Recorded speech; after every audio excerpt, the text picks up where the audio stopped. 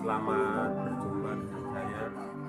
Nama saya Heri Kurniawan dari kelompok 8 GKJW Jembatan Jemaat Hukum Malang. Pertama-tama dengan khidmat Tuhan Yesus yang Maha Kuasa, pada malam hari ini saya memberikan kesaksian bahwa saya pernah mengalami sakit COVID-19. Terasa badan saya dan kondisi jiwa saya pada saat itu langsung drop. Pada saat itu saya menangis.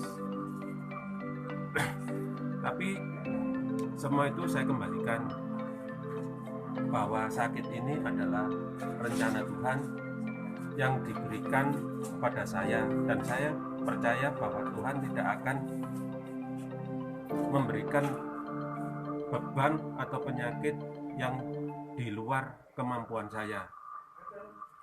Puji Tuhan, tanggal 25 September itu saya diberitahu oleh dokter di RKZ, saya langsung masuk ruang isolasi. Saat itu saya juga nangis. Oh Tuhan, kok berat sakit saya ini. Tapi saya percaya bahwa saya akan sembuh. Dengan kuasa Tuhan saya akan sembuh. Itu pun terus saya ucapkan. Akhirnya pada hari pertama saya masuk ruang isolasi, saya ingat masih saya di kamar 3. Ya, kamarnya besar, cuman yang tinggal cuman saya aja. Hari pertama saya lalui dengan beban yang sangat berat, karena saya kok bisa kena penyakit COVID. Dari mana asalnya, siapa yang nulari, saya juga tidak tahu. Tapi saya pasrah, akan saya jalani dengan prinsip kuasa Tuhan tidak akan meninggalkan saya. Hari pertama, hari kedua tidak ada perubahan. Oksigenmetri saya buruk. Kemudian saya dikasih napas tambahan.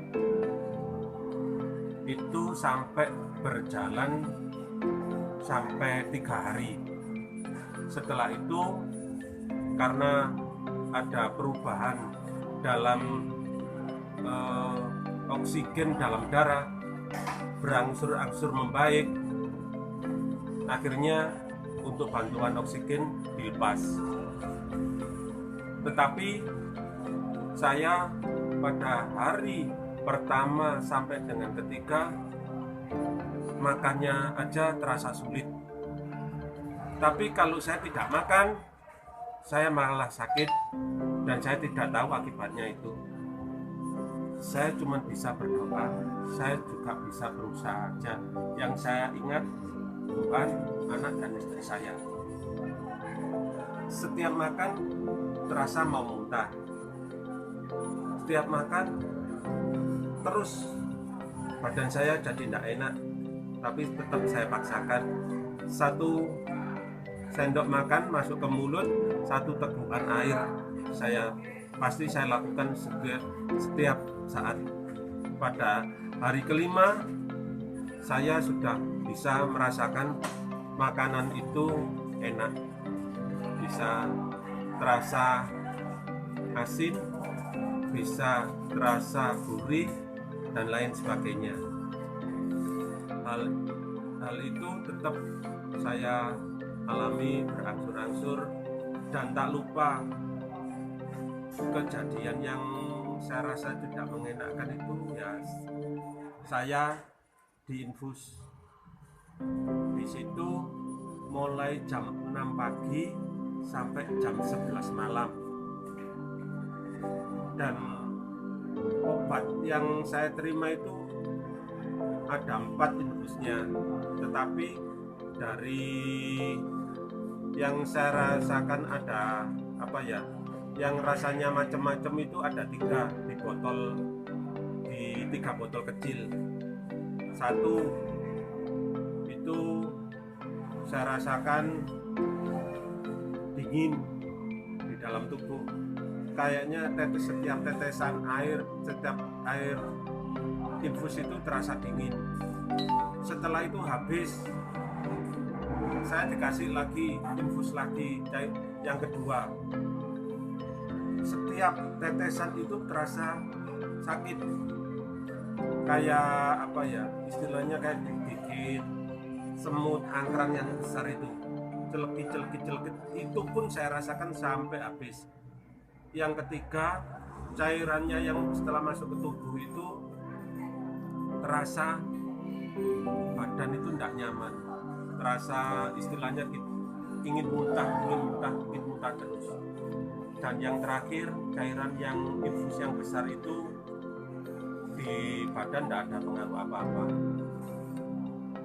Kemudian setiap hari saya juga belajar sama istri, dikirimi renungan-renungan itu, tetap saya baca, tetap saya ingin mengerti akan kebesaran Tuhan.